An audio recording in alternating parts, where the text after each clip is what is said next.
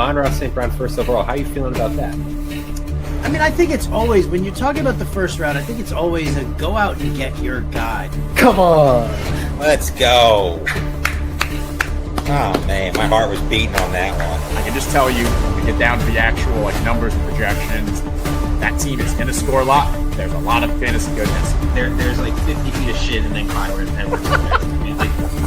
So forget that. I don't want to draft guys on bad teams. Doesn't matter. They're going to figure out a way to get the ball. Good offensive coordinator. Arthur Smith is not a good offensive coordinator. You guys are team 3 and 4. There's no point to take Stroud, right? Is there a point to take Stroud in a best ball format? Get it.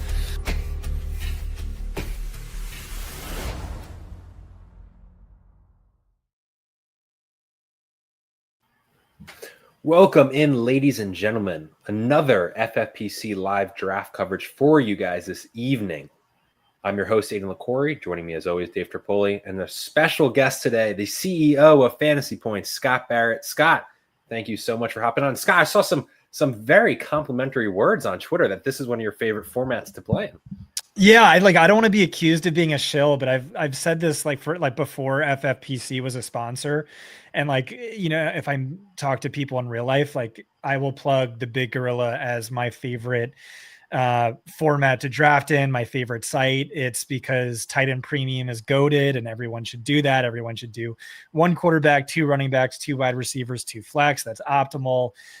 You have a $1 million payout, which is awesome. You also get a good chunk if you win your 12-man. So I really just think it's the best. This is, it was formerly the Football Guys Players Championship. And what was it? Andrew Luck's rookie season. That's when I really I was a fantasy baseball guy. That's when I really fell in love with fantasy football. And it's because of that league format, just being so addictive. There we go. So I got to ask you, obviously you highlighted the tight end premium. Brock Bowers goes off the board at the 104, and actually over the last couple of weeks, his ADP has actually been slipping a bit. As Terp and me were kind of discussing pre-show, we actually had a draft here live where he went at the 101. Usually you see him kind of in the first row, but over the last couple of weeks, he's been slipping 106, 107. Terp, I think, what was it? Last time with a AB, we saw him fall to the 109. So I wanted to ask you, with your kind of love of tight end premium, Scott, how high are you drafting Brock Bowers in this format? And do you think kind of him slipping to this kind of on average 106, 107 is starting to become you have to get him at that price? I love Brock Bowers. One of my favorite players in the entire league, but it's just, when he goes 1-4 and where is Trey McBride going? Is he still going? And back end of the first round. Yeah. Yeah, the back end. And so then it's, so now he's okay. Now he's first round. Still, I think it's really close between those two players. And I will just say, I have a ton of experience playing in this format, and my best teams were always wait at tight end and then take a shotgun blast approach, quantity over quality. And that's really worked out well for me over the years. And as we see, I don't think you need to go, round 1 tight end. Yeah. Trey McBride goes at the 109. So 2 tight ends in the top 10. And I mean, you see people, what's so interesting about this format too, obviously, with the size of it, over 60,000 teams, it's so many people have different philosophies. There's some people who are insistent that you need to get one of the top tight ends. Obviously, me and Terp have talked about kind of extensively over our first couple of shows is that kind of that mid rounds for tight end, kind of that Evan Ingram tier, David Njoku. There's a lot of good names and you can almost wait. But then there's obviously the people who are insistent on Brock Bowers, and sometimes people get him at the 101 because it's go get your guy time. Terp, I want to ask you, first round Jahmyr Gibbs, guy we haven't talked about, obviously, to start these shows. There's only so many names we can really discuss. New offensive coordinator, David Montgomery's still there, but I mean, we saw the explosive ability, and that offense, returns pretty much all of the key pieces outside of Frank Ragnow. Where are you at on Gibbs? And where does he rank compared to kind of those other running backs that we've been seeing going in the first round, namely Bijan, Saquon? Are you taking him over the Bijan and Saquon, or is he clearly as a running back 3 for you? Love the player, love the system. Hate David Montgomery being there. When it comes to Jahmyr Gibbs, I'll probably be even with the field when it comes to exposure. I'd rather take Barkley. I'd rather take Robinson. I just feel like their opportunity is just more extensive when it comes overall, to get to that. You're trying to get their value up higher. You're trying to get up to the Jahmyr Chase value. Can Jahmyr Gibbs get there? Yes, he can. But the issue with Jahmyr Gibbs is David Montgomery. And if David Montgomery was hurt, we saw that, brief period last year. Mm-hmm. It was a gold mine. Jahmyr Gibbs was everything you want him to be. But do we think David Montgomery's going anywhere? He's not. And he's still going to be an annoying enough factor. He's going to get enough touches to where, Gibbs needs the injury to get to that value where he's going to be getting drafted at. So I like Gibbs. I'll own Gibbs. He's not a fade, but at the end of the day, I'd rather have Bijan. I'd rather have Barkley.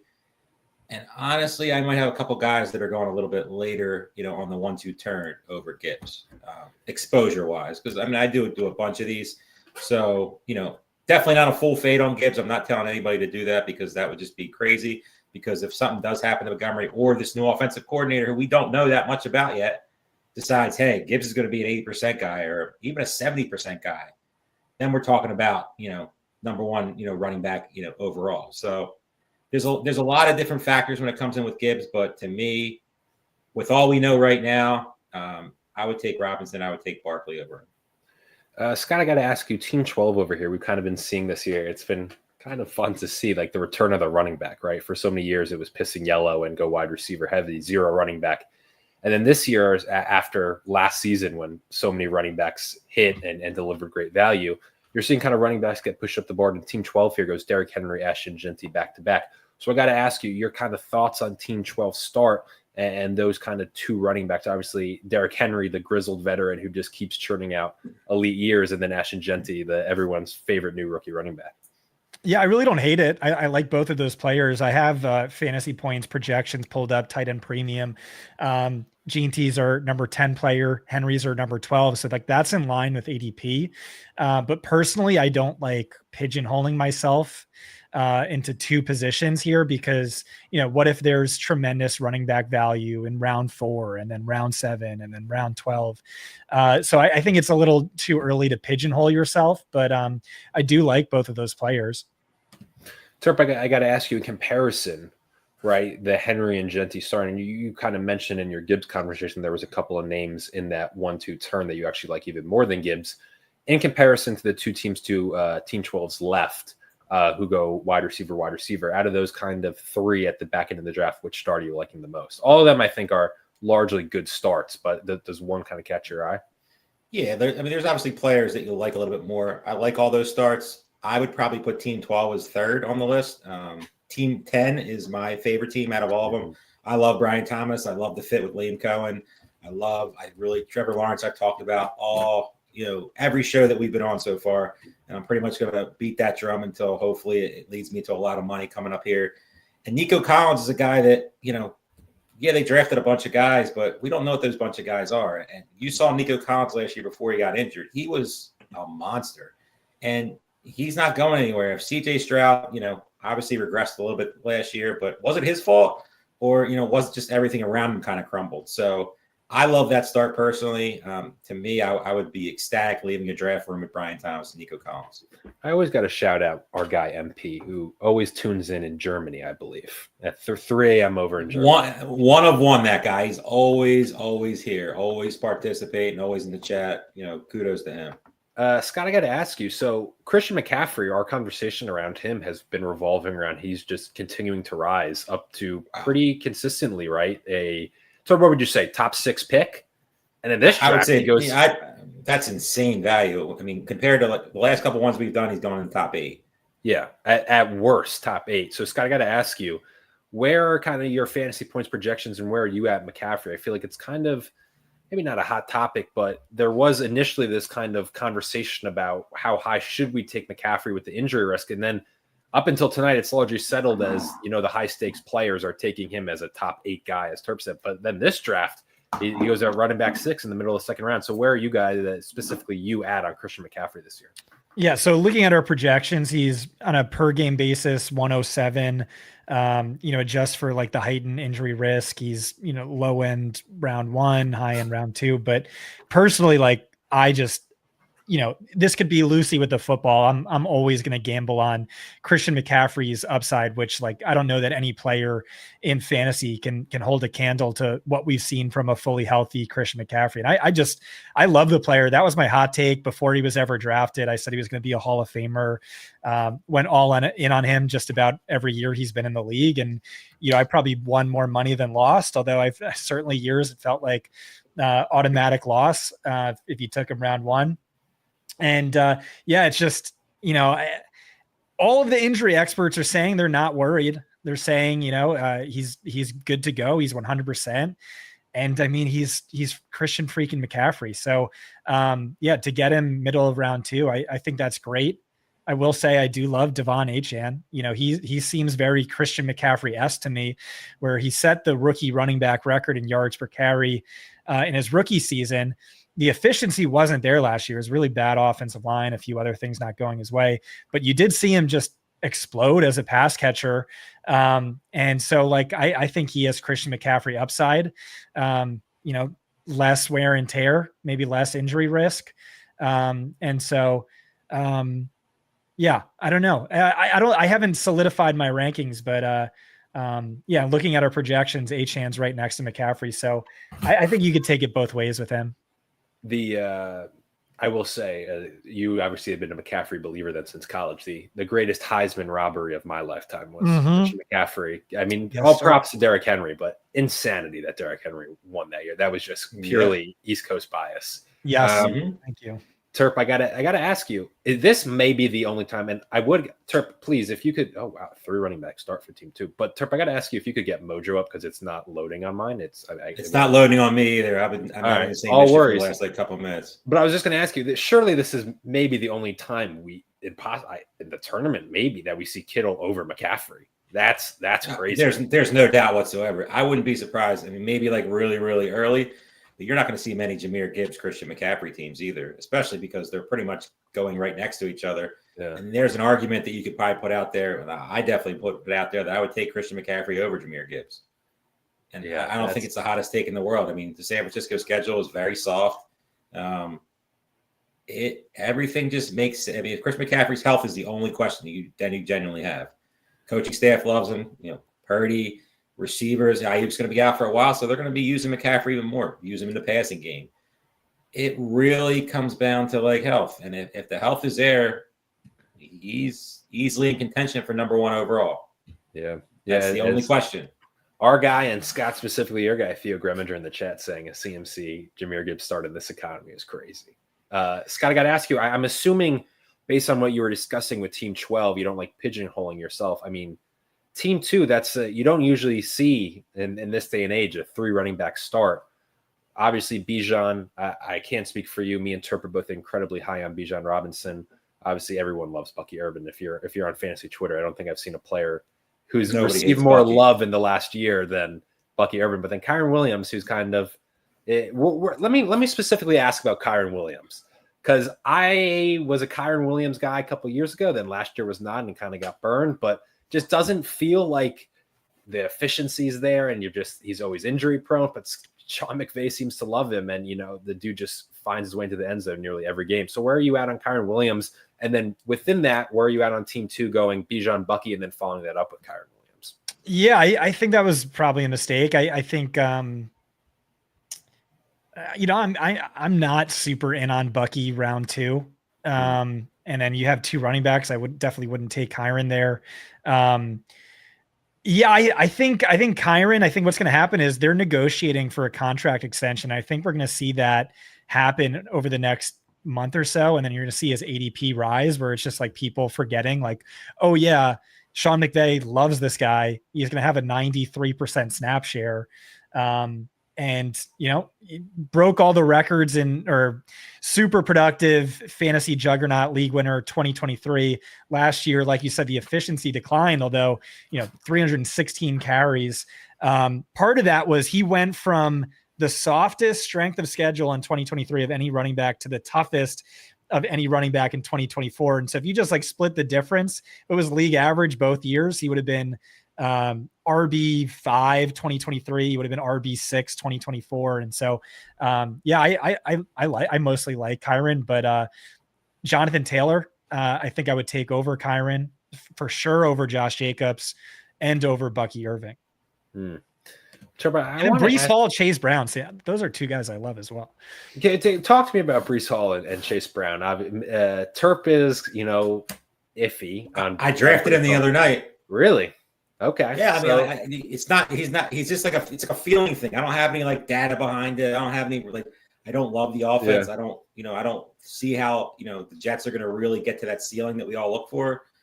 But I mean, he's a pretty solid player, and I mean, where I got him, I'll take him all the time. But like I said, it just something feels weird about it. And like certain times when you're playing fantasy football, you just get these feelings, and I'm just going to go with it and see what happens. I'm not going to full fade the guy because he's talented, but the situation with Justin Fields and just that overall team offense it doesn't excite me. Scott, let me rephrase that question. I'm gonna boot Chase Brown out of the conversation. Breece Hall and then Garrett Wilson went into 209. So just kind of, you said you like Breece Hall. Where are you at on the Jets offense with Justin Fields at the helm, and what do you think that the new offense coming in and Fields as a new quarterback, how does that impact these Jets star players for fantasy this year?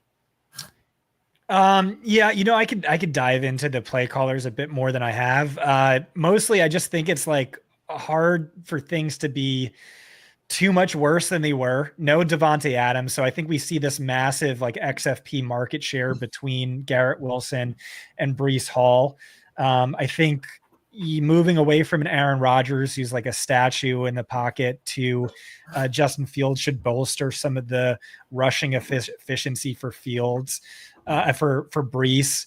And then you just look at like what we've seen from the guy. He's 200 plus carries, 75 plus targets in back-to-back seasons. The only running backs you ever see that from are like the mega league winners, like a McCaffrey and Austin Eckler, LaDainian Tomlinson, Matt Forte. And even then it's super rare. So I just like betting on that volume. The efficiency wasn't great last year, but the year before that, it was excellent. So he's a player I want to be betting on. It's so odd to me that the efficiency dropped last year. You would expect it to have been flipped with coming off the ACL, and year one the efficiency was down and then it recovers, but it was opposite. But some of that can be probably chalked up to the struggles that the Jets offense had. So our team of film charters, fantasy points data, they brought this up in like week 2 and then hit it again in week 4, and then you look at the GPS tracking and it really plummeted from the previous season. It looked like he lost a step. Yeah. And so I talked about this on some podcasts. One of our subscribers DM me. He was like, yo, I'm a bouncer at so-and-so club in Hoboken. And let me tell you, I saw Breece Hall there every single day over the summer. So maybe it was like a training issue or an effort. I have no idea. But, nothing like the subscriber. That's great info. Yeah. Like you just gotta roll with it and just trust them. That's the info that the people come for. I mean, it doesn't make sense that he lost a step. He was 2 years removed from the ACL. It was a really strange situation. Terp, I got to ask you, Team 10. It's almost like Theo's like drafting this team. He's not, but these are all Theo Greminger's guys that I've seen him hype up on Twitter. The Brian Thomas, Nico Collins, Marvin Harrison start, followed up with James Cook. But I want to kind of ask you about Marvin. He's a lot of people talking. Looks great. Cardinals have been posting about him. Where are you at on year 2 Marvin Harrison following a pretty disappointing year 1 where people were expecting huge things and, Kyler didn't look his way ever some games? He was one of my highest owned receivers last year, so I definitely got burned. Love the talent, love the player. My thing with Kyler Murray has always been the same. I just don't think he's a good NFL quarterback. He has moments, he has flashes, but consistency is his problem. I mean, you got a talent like Marvin Harrison. You drafted where you drafted him. Do I blame Kyler Murray? Yes. Do I blame the offensive coordinator? Yes. They have to get this year. They have to get him the ball. He is one of the best receiving prospects to come out in a really long time. And watching his usage last year, it made me sick at times. Just realizing that like Kyler Murray was I've always been a Kyler Murray hater. Last year, I got back on because of Marvin Harrison. I'm like, all right, I'm going to start drafting more Kyler Murray. And I should have just trusted my gut that I've always been. Fantasy-wise, Kyler Murray's okay. He obviously, has that rushing upside that we all look for, especially where he's being drafted this year. But when it comes to Marvin Harrison, I'm in this year. I'm not getting off that bandwagon. I drafted him the other night very confidently. It just makes a ton of sense. They don't really have much else there outside of Trey McBride. You know, they have some okay, receivers. But he should be the focal point of this offense. So he's not in the first round anymore. So it's a lot cheaper. The price is good. So I'm in on Harrison, and the guy right after him, Tyreek Hill. To me, he's the same situation. Just obviously there's a little bit more baggage that comes with it, but two great assets that you can get later in this third round that, last year were going in the top 10 in some drafts. Scott, I'm intrigued to hear your take on Marvin Harrison. Is he due for, I don't want to call him a post-type sleeper because he's, still getting top 3-round capital, but a post-type sleeper in a way. Because as Terp said, he was going in the back end of the first round in a lot of these drafts, especially in the late August, September. He just kept rising. So where are you at on Marvin Harrison? Can he hit those heights that we all expected him to?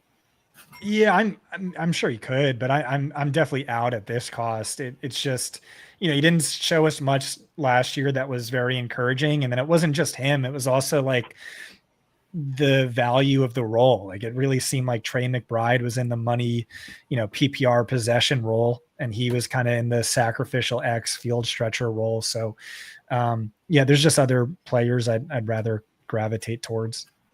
Yeah, so it's a cost for you. It's not necessarily maybe. I think it's a little both, honestly. Okay, that's valid. I got to ask you about another guy who could be in a bit of a concerning situation role. Steelers traded for DK Metcalf. Paid him a boatload of money. His ADP has actually sneakily risen a bit over the last week since kind of we saw Rodgers get signed. He was going at that kind of 4-5 turn. He's now kind of comfortably going in the mid-4th. Goes at the 406 today. So a little surprised because it feels like Aaron Rodgers to Pittsburgh was always inevitable and not really a question of if, but it was a question of when. So you kind of expect that to maybe almost be baked into his ADP a couple weeks ago, but guess it wasn't. How do you see Aaron Rodgers impacting DK Metcalf? Can DK Metcalf kind of hit the heights that he has in the past, or is Rodgers and that his kind of first read, quick throw, not willing to kind of stand in the pocket, really going to impact DK's big playability and therefore his fantasy upside?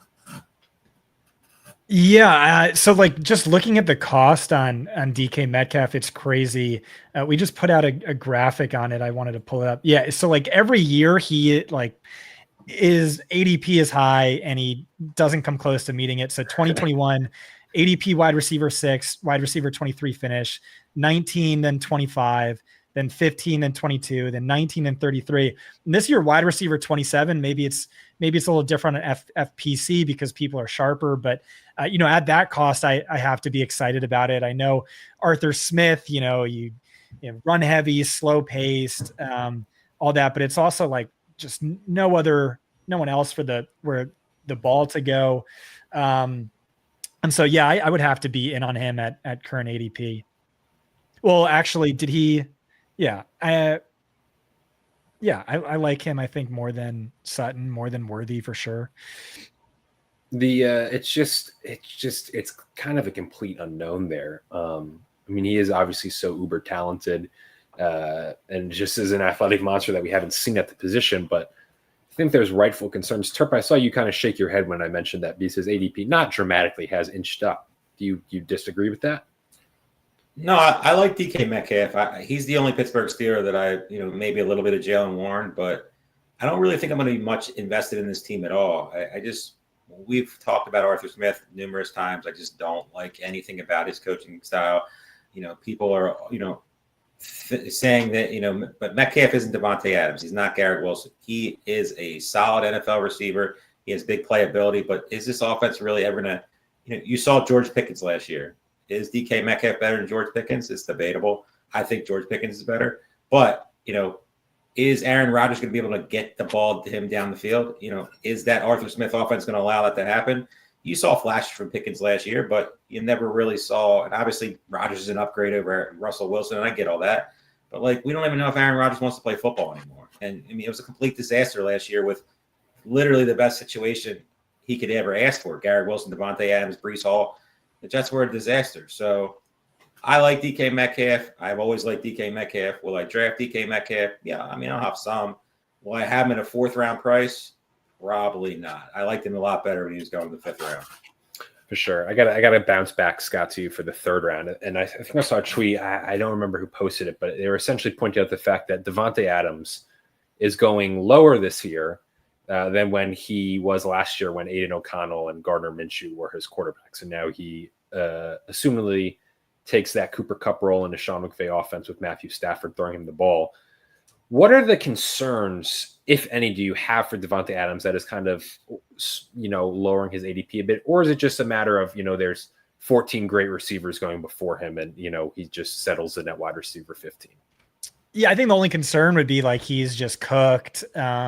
He's like their new Allen Robinson. We all remember that. But don't get me started. Gross. I would say the risk of that is very low. I'm very, very high on Davante Adams. You just look at like the value of this role where it's like when they're both perfectly healthy, it's Puka Nakua's top 5 fantasy points per game, top 5 in XFP per game. And then Cooper Kupp, not all that efficient, dealing with who knows what kind of injuries, still like low end wide receiver 1 in XFP per game, high end wide receiver 2 in fantasy points per game. And you saw last year, the Jets, I think week 9 on, they really started to give Adams more slot usage.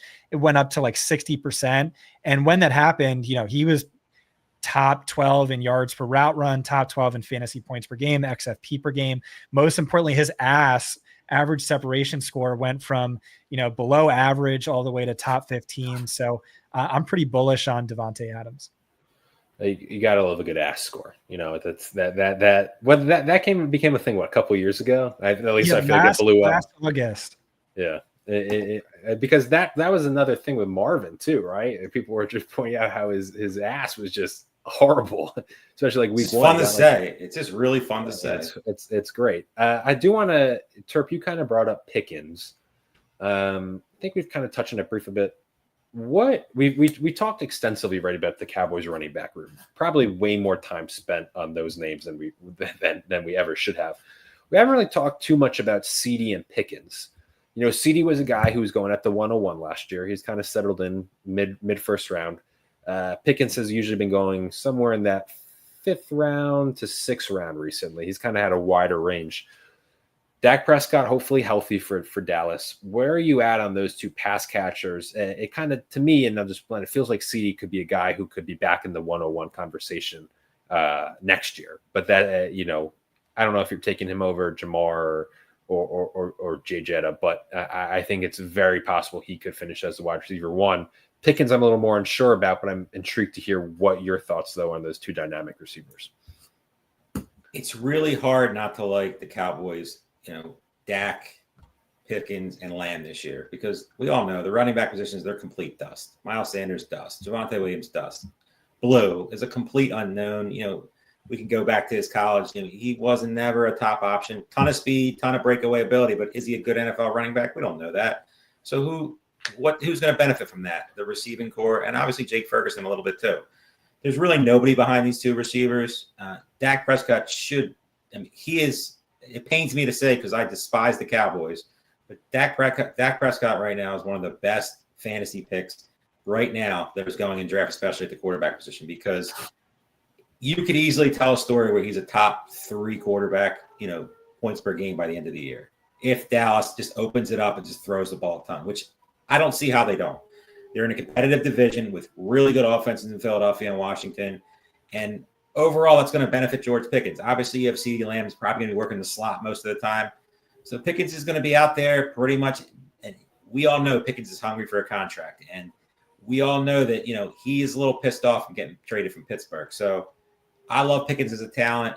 I love the spot where he's going. It's really hard not to like the 3 of those. Jake Ferguson a little bit because there's just so much uncertainty with the running back position.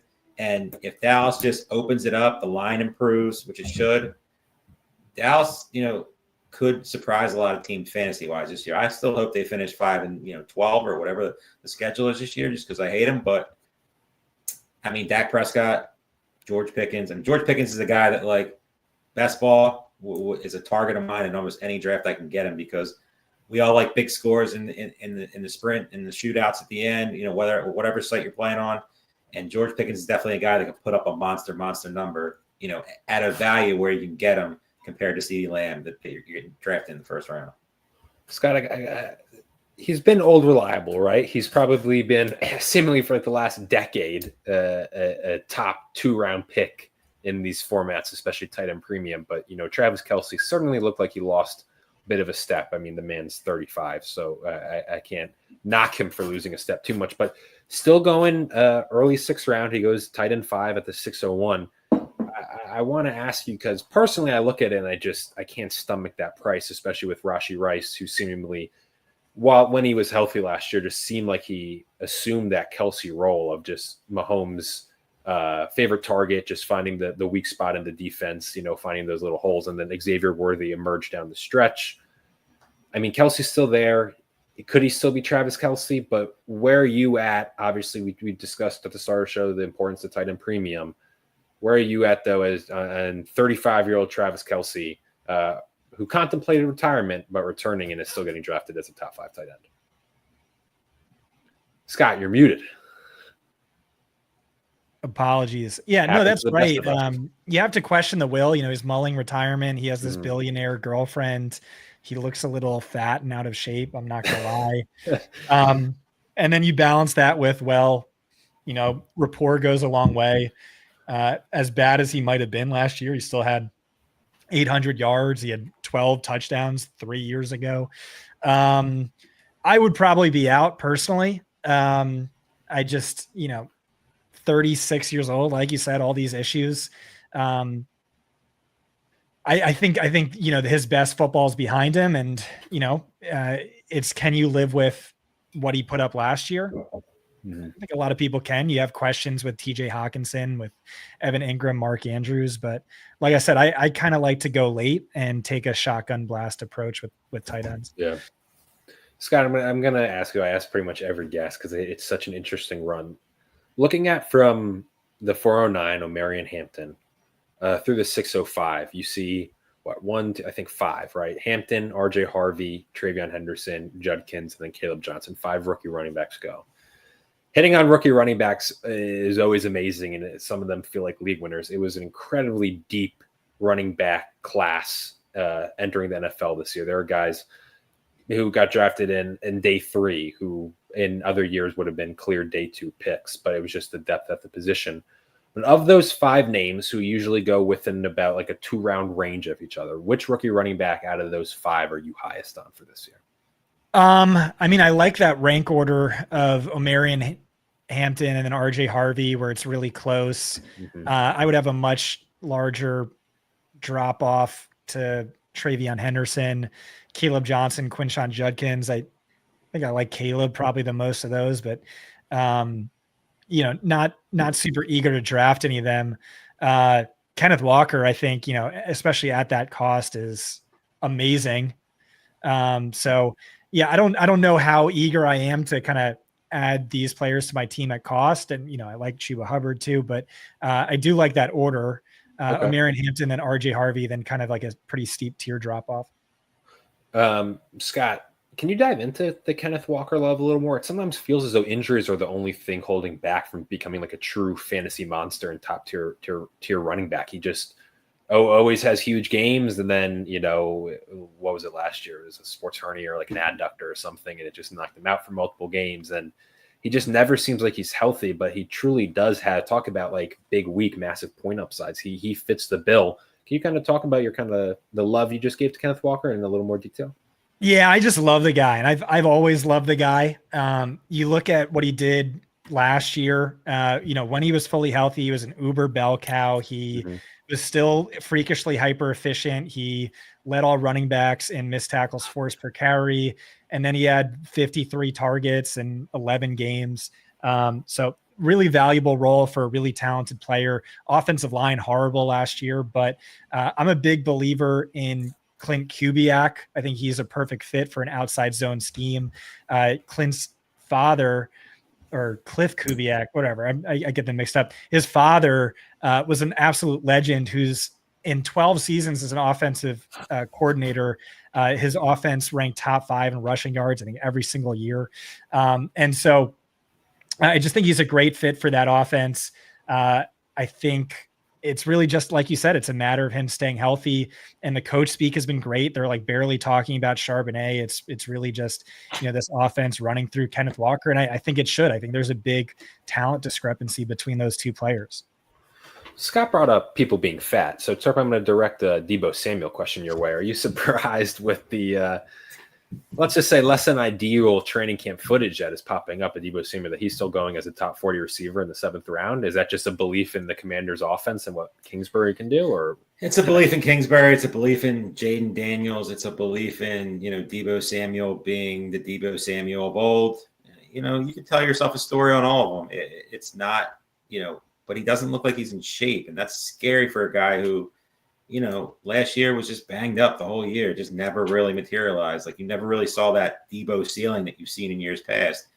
It's a great fit with Kingsbury. It's an awesome offense, obviously, with Jaden Daniels. You think Jaden Daniels get even better with that, because they really never had that second guy last year. It was pretty much, Terry and then Zach Ertz. They mixed in some other receivers, but they were never game breakers. And Noah Deebo Brown has that slander from you. Yeah, Noah Brown slander. They really never had that guy. So with Deebo, they now have that explosive playmaker, but is he still that guy? I don't think so. I don't like the looks. The vibes aren't great with him, and I'm pretty seriously a vibe guy, especially when it comes to players getting moved and players getting up there in age and injuries and stuff like that. It's a good spot, to take a player. Like, I like him a little bit more than I like a Ricky Pearsall. But I wouldn't draft him over Jawan Jennings consistently. I wouldn't draft him over Jordan Addison consistently. I certainly would not draft him over Calvin Ridley or Jerry Jeudy consistently. So, he's a guy that I'll be very underweight compared to the field. And yeah, I'm just not a Deebo guy this year. Scott, I want to ask about Team 8, which is kind of an interesting build because they reached on Kittle, and it very well could be trying, people are out here hunting, the unique builds in this tournament. But he goes Malik Neighbors, George Kittle, Lamar Jackson, DJ Moore, and then he's on a little bit of a running back run with old reliable James Conner, upside, and Caleb Johnson, who's a great rookie out of Iowa, into that Arthur Smith run-heavy offense. And then Tony Pollard, who had a real nice bounce-back year, finally a couple of years removed from that tightrope surgery on his ankle. For the Titans, and with Cam Ward there, you would think that could only help the Titans offense. So kind of talk me through Team 8. Are you liking kind of the strategy? It's a little unique and a build that I don't think we've seen as often. Yeah, I just don't really like the players they took and where they took them, with the exception being Malik Neighbors. I don't think that's a reach on George Kittle. I really think that's fine. Okay. A stat I had, this is just because I played him in DFS every single week last year, that I thought was really interesting. So if you just take out 2 really bad weather games that the 49ers had, where both quarterbacks just absolutely sucked ass, week 13's blizzard, week 15's heavy rain, then Kittle scored at least 14.5 DraftKings fantasy points in 11 of 11 full games, averaging 20.4, which would have led all tight ends by 23%, and would have ranked behind only Jamar Chase among all receivers. So, in a tight end premium format that goes a little bit longer of a way. And yeah, there's Brandon Ayuk's going to be out a really long time. There's no Deebo Samuel. And he's just awesome. He's just so good. He was top 5 among all players in yards per route run last year. That's just a player, and he's hurt every year. And every year he leads all tight ends in yards per route run. That's just a player I love. And, I don't think you can reach on him in round 2 in a tight end. Yeah, and I should clarify, a reach relative to kind of where he had been going, but he is rising. And you've seen on social media there and in our chat tonight, there's a lot of people who are saying that Kittle should be going way higher than he is. And if you're getting him in that 3rd round, you're getting a real value. Terp, there was a kind of question in the chat. I'm going to direct it first to you, Terp, and then Scott, I want to hear your answer. But we've talked extensively about the Bears offense. A lot of Romo Dunze discussion. We talked about Luther Burden, DeAndre Swift's potential, but we haven't talked as much about DJ Moore.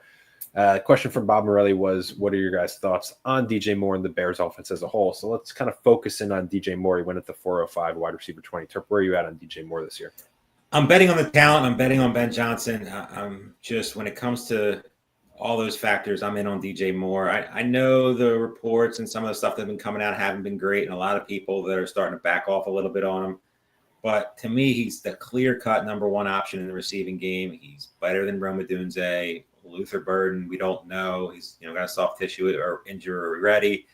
If DJ Moore figures out a way to play the slot in Ben Johnson's offense, you could be talking about a end of first round, a 1-2 turn player next year. I think that's in the range of possibilities when it comes to the talent and what we saw from Ben Johnson's offense, last year. But obviously, like you've seen some of the reports that have come out, like he doesn't know. He's coming out saying he doesn't know if he's going to touch the ball. The amount that he did last year, he's really, he doesn't. As really a know vibes guy, weird vibes coming from DJ Moore. As a vibes guy, weird vibes are coming from DJ Moore. But I'm betting on the talent of DJ Moore. I'm betting on Ben Johnson, who I very much think is going to be a very good NFL coach. I really think if you're a Chicago Bear fans for once, you should be excited for your coach. You should be excited for your team because you're going to really see Caleb Williams, who, the jury's still out on it. I mean, obviously he had an up and down rookie year, but we all know he's number one overall pick. The talent's there. The only thing I question about Caleb Williams is right up here. Does he want it as much? Will he work it hard enough? Will Ben Johnson get the best out of Caleb Williams? If that's the case, DJ Moore will smash this year. Rome Odunze, there's a potential he gets in the slot, so he also could do very well. Yeah, that slot's they have so much. They have so much talent on that offense, and to me, DJ Moore's a great buy where he's getting drafted. We're looking at some of the guys he's getting drafted around. I'm in on DJ Moore. Scott, I'm intrigued to hear your thoughts on Moore because when we kind of discussed teammate, you said you didn't necessarily love all the players and where they took. So what are your thoughts on Moore and then by extension the Bears offense? Yeah, I'm just waiting to kind of get more information on DJ Moore. He was awful last year. He led all receivers and screens by a massive margin. And if you take that out, he was really worse than Keenan Allen. He was really not much better than Rome Odunze at all, who, by the way, had the worst luck of any receiver I can ever remember. Just like the highest inaccurate air yardage percentage of any receiver in fantasy points data history. So he was actually a lot better than his numbers suggest, while DJ Moore's was a lot worse. And like you said, yeah, you are looking for that slot role in this offense. Dating back to like his first years in the league, it's, Jarvis Landry or Brian Hartline, 1,000-yard receiver back-to-back years, then Jarvis Landry leading the league in receptions. And then, Amon-Ra St. Brown he was a round 4 draft pick, becoming this superstar. And I don't know that that's DJ Moore. I don't know that that's Rome Odunze. It could be Luther Burden. It could be Colston Loveland. It could just be, a heavy 12 personnel team. And so I'm just kind of waiting to gather more information. Obviously I like Ben Johnson. If I had a guess, and I never thought I would say this, I think the best value on this offense is probably DeAndre Swift, where, okay, maybe Roschon Johnson is their Jamal Williams and he's going to have that like 17 rushing touchdowns, which Jamal Williams had.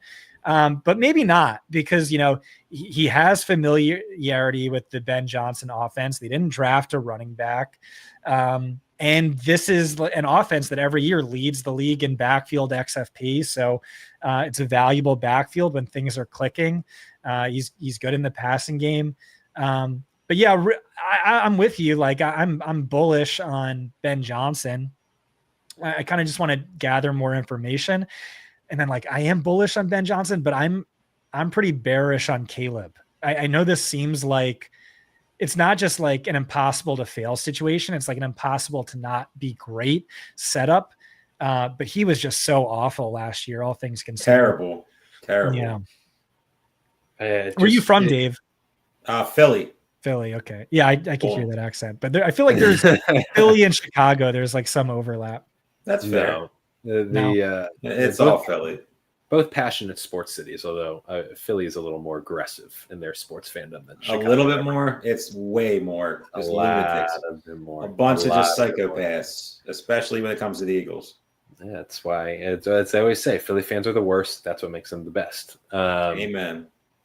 Scott, round 8, 2 former fantasy superstars, Stefon Diggs, Cooper Kupp. Diggs coming off an ACL, Cooper Kupp coming off yet another just kind of banged up ankle that kind of tanked his season, though he was able to come back. Kupp now on the Seahawks. Diggs now the leader of the Patriots wide receiver room, which is a dangerous proposition if you're a New England fan. But do any of these guys have anything left of the tank? Obviously, these are names that we're used to seeing as first, second round picks from a couple of years back, and now you're getting them in the 8th round on new teams, new situations. Where are you at on Kupp and Diggs and their fantasy upside for this year? Kupp, I really have no idea. He's just one of those guys I don't have a great read on. I kind of need to do more research on, but I'm pretty bullish on Stefon Diggs, honestly. Okay. Like he wasn't terrible last year. He was pretty good. He outproducing Tank Dell, who, was an ass leader the previous season. I know some of that was like schemed up production, but they gave him a ton of money. I'm a big believer in Drake May, who had one of the most awful landing spots setups you can imagine by his offensive line play. I measured as being in the 2nd percentile in fantasy points data history. It was like basically like the 3rd worst of any quarterback. And then, pass catchers weren't getting open, 10th percentile. And in spite of this, he put together a 75th percentile accurate throw rate. I think things are going to be a lot better this year. So I kind of like him in round 8. Terp, where are you at on Diggs? Obviously, we've mentioned before kind of a belief in Drake May. You've mentioned you're not a believer in Mike Vrabel, but McDaniels is back there. May sophomore maybe leap, and Diggs is the best receiver, which isn't saying much. They've had in a bit. So where are you at on Diggs? Pretty much everything Scott said is spot on. It's hard. They paid him a ton of money. The receiver room is extremely bare outside of like the hype monster of Kyle Williams right now. There's a bunch of unknown behind him. Hunter Henry's a solid tight end, but he's nothing flashy, but it gets the job done. But in round 8, you're looking for ceiling type of guys who are going to be consistent, guys, that's going to give you some sort of floor or potentially give you that, 2 to 3 to 4 round bump, to pay off the value even more. So to me, Stefon Diggs is a guy that where he's being drafted, why would you not be in? I mean, obviously he's coming off the injury. You've seen a lot of things this offseason with him being on a boat and handing, Cardi B and all that. We've all seen it. And, do I trust Mike Vrabel? I don't think Mike Vrabel is a good coach. I've said that. I'll probably say it on every show. He's probably going to be my new, Arthur Smith. But Josh McDaniels, I like him as the offensive coordinator. I don't love him. I wish they would have went, it's a different mind, a different situation there. But again, I'm bullish on Drake May too. I think he could be the best of that class. And it just comes down to them surrounding him with enough talent. And Diggs is a good start. Do I think he's the Stefon Diggs of old? No. But when it comes to drafts, I mean, it's a great spot to take him. It's a time where, it all comes down to value in most of these drafts. I mean, you see guys getting drafted at certain spots. You're just like, I don't like him there, but I do like him in a certain spot. Stefon Diggs in the 8th round, why not? He could be your wide receiver 4 on this team. We'll just look at this team. I mean, what's not to like about this team so far? Elite quarterback, 2 elite receivers, Calvin Ridley, who's, if Cam Ward is that guy, Diggs is your 4th receiver. Matthew Golden, who, a lot of unknown with him this year, obviously exciting rookie, but, we don't, the Packers going to develop him, or is it going to be the Jaden Ray, Dontarius Wicks, and Romeo Doubs show? We don't know. But as your wide receiver 5, what if he hits? This is to me, you get the Jonathan Taylor anchor running back. You can fill in that spot. I probably would have took a running back over Golden, but, we can argue that another time. But just the overall structure of this team is a team that, with David Montgomery, who's, you say the same thing we say about Gibbs being the thing. David Montgomery could be a really, really, really, really, really good running back if something happens to Gibbs where he misses a couple games. So if I'm drafting a team, there's 2 teams that stand out in this so far. Team 3 and Team 10 are my favorite by a good margin. A lot of other teams that I like, but I just like the structure of their team. I love stacking. So Hurts and Brown, non-homerish, is where they got him. AJ Brown's just falling down draft boards, and I get it. Everybody thinks it's going to be Saquon Barkley, and it's going to be a Saquon Barkley show. But what if it's not? What if? I love that analysis. But what if? What if the Eagles defense is not as good as it was last year? What if the game scripts are different where they're not just handing the ball to Saquon Barkley all the time? The offensive coordinator is new. Do you know that he's going to give the ball to Saquon Barkley every single down pretty much like they did last year, or push or whatever? No, A.J. Brown wasn't terrible last year, and if they start throwing the ball more and opening it up more, A.J. Brown's just a great value right now. I can't wait to see if things keep up like they did, like the same as last year. And the A.J. Brown temper tantrum about not getting the ball is going to be coming early, and it's going to be all the talk of WIP and Phillies talk radio. Let's not talk about WIP. They're all about. I don't want to get on a tangent about Philadelphia radio, but some nitwit on the radio they gave the top 10 athletes in Philadelphia, and there's some pretty good athletes. Obviously, you have Bryce Harper, you have a lot of Eagles players. Did not list Jalen Hurts in the top 10. Like, we all see social media these days, and we all just stop with the clickbait. That's just the dumbest thing you could ever put out there. Whether you like him or not, he's still a top 5 athlete out of 4 teams, and the hockey team is irrelevant. Sixers irrelevant. Baseball's okay, but come on. I'm done on my soapbox. Nothing like getting Terp going. Speaking of quarterbacks, so Scott, I'm intrigued to ask you: do you see a tier break in quarterbacks this year, where it's like you kind of like? So right now we had almost like a 2-round wait from when Mahomes went to Murray, but is there that tier break of like elite quarterbacks even before Mahomes? Because Mahomes didn't have a great year, and that offense and the way it's run kind of leaves me with some questions despite the weapons they have. So I was kind of wondering, where is your quarterback tiers at, if you have that? Yeah, to me, it's Jaden Daniels, Josh Allen, Jalen Hurts, Lamar Jackson, Joe Burrow. You can debate whether Burrow's in his own tier or is at the tail end of that tier. And then there's just, a big fall off where I feel like after Burrow, you should wait like 3 rounds, 4 rounds before, you see another quarterback come off the board. But hey, do you guys mind if I take a bathroom break? Yeah, you're good, man. Go ahead. For sure. You don't ever got to ask this stuff. I just leave the empty chair. What do you think? Yeah, Whatever you want to do, man. You're good. I'll pop you off and then pop you back on when you get back. All right, thank you. You're good. All good. We don't need. Nah.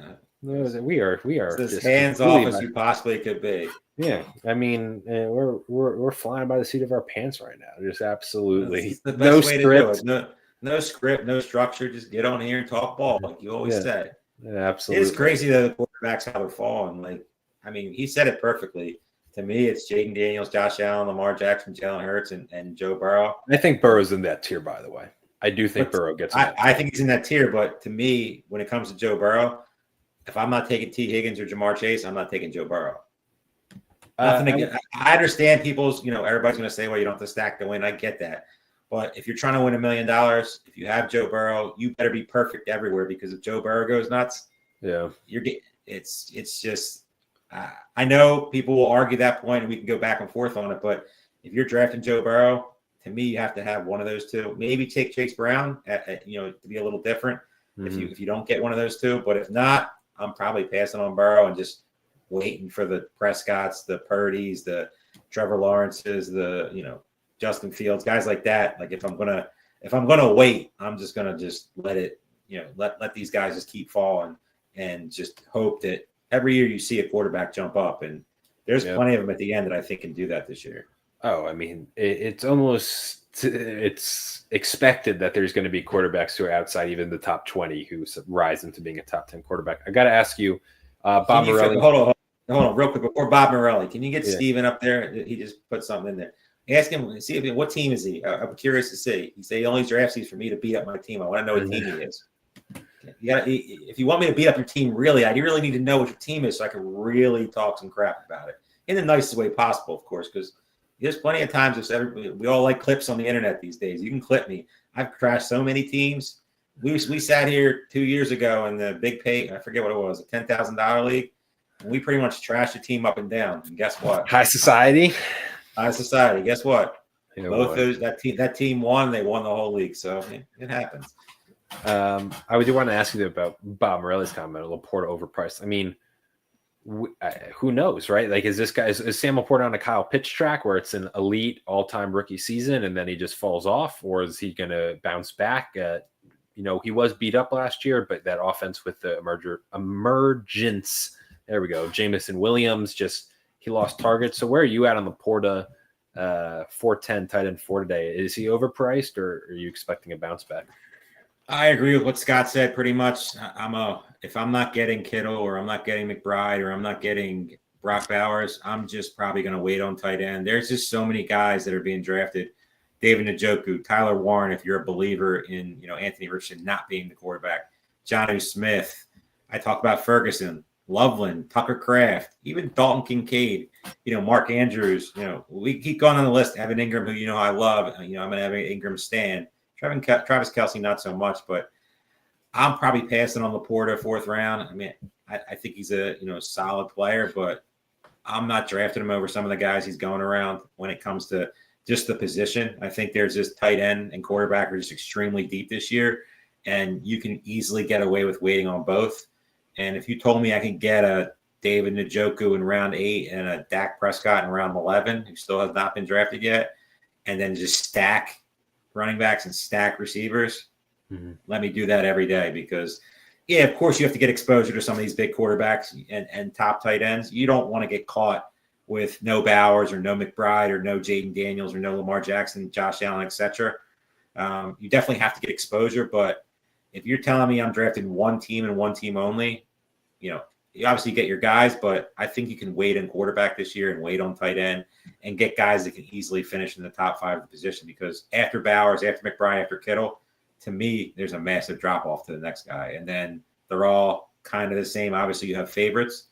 Same thing at quarterback. After the top 5 that Scott mentioned, I put Burrow in there. I think there's just a drop-off because Mahomes. I think Mahomes' name value is keeping him up. His name value is keeping him up there, and there's just so much unknown when it comes to, hey, is there a chance they turn into just a throwing team again this year and they just throw the ball around the field with the weapons they have on the outside? Of course, but do we really think Andy Reid's going to do that? I don't. I just don't think so. I think their system has worked so perfectly. Why would they change it? I mean, they're pretty much in the Super Bowl every year. Why would they start doing something they're not? And for what? For fantasy points? So. Yeah, I'm probably out on Mahomes at cost. I like, if you're telling me I'm starting a team with 10th round Baker Mayfield, 11th round Dak Prescott, even 11th round Caleb Williams, if you really want to do it, go for it. But I can tell you one thing I'm not doing. If I'm drafting Lamar Jackson in the 3rd round, there is no way ever I'm drafting Caleb Williams in the 11th round. Because also mentioned real quick, wasted pick.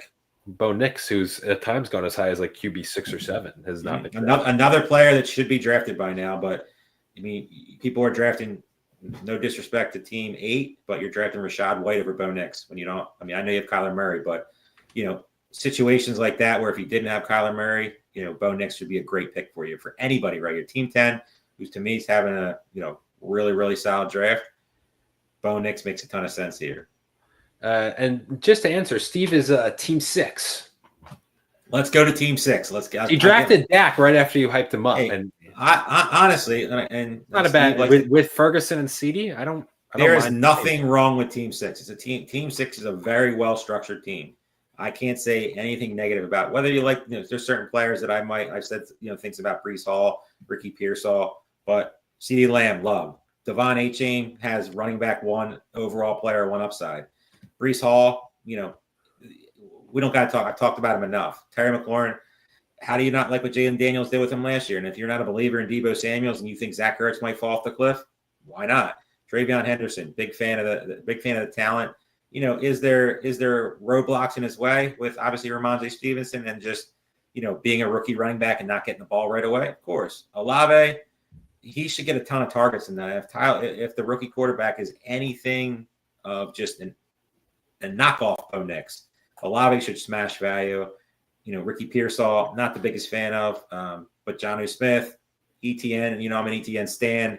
I think he is going to be one of the best picks in fantasy football this year.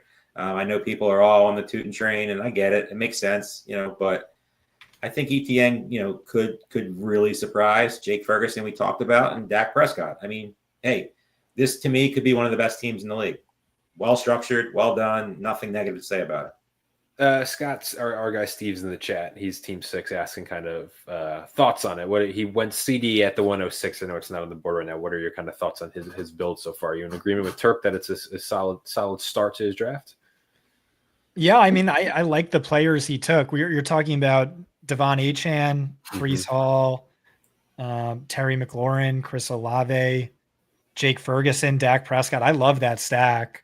By the way, Dave, I just want to say I'm in complete agreement. David Njoku, Jake Ferguson, screaming values, Dak Prescott, screaming value. This is like, those are the most important rounds. Like that's where I clean up. That's where I win my money is, nailing those middle to late rounds. If you're going to draft like 10 teams on FFPC, you can diversify a little bit in those earliest rounds, but these are the money rounds. And, David Njoku, I think he's easily the best value in that round, probably Cam Scatabo, and then Jake Ferguson, easily the best value in that round. Dak Prescott, probably same thing if you're QB needy. Scott, I know you mentioned those 4 guys. You say and it's the truth, right? If you clean up these mid rounds, you're putting yourself in a fantastic position to win your league. Do you have a flag plan of guys kind of going in this round 8 to 12 range that you like are incredibly confident that they're going to emerge as a top end player in fantasy this year from these rounds? Yeah, I think for sure tight end premium format, it's David Njoku and Jake Ferguson right there. Much prefer them to Tyler Warren, Jonnu Smith, Mark Andrews, Travis Kelce, probably. I mean, a little bit closer with TJ Hawkinson, but yeah, for sure, those are the guys who kind of stand out to me like a sore thumb. Should we be rooting? I feel as though there's a general assumption, but I want to confirm because some people may feel differently.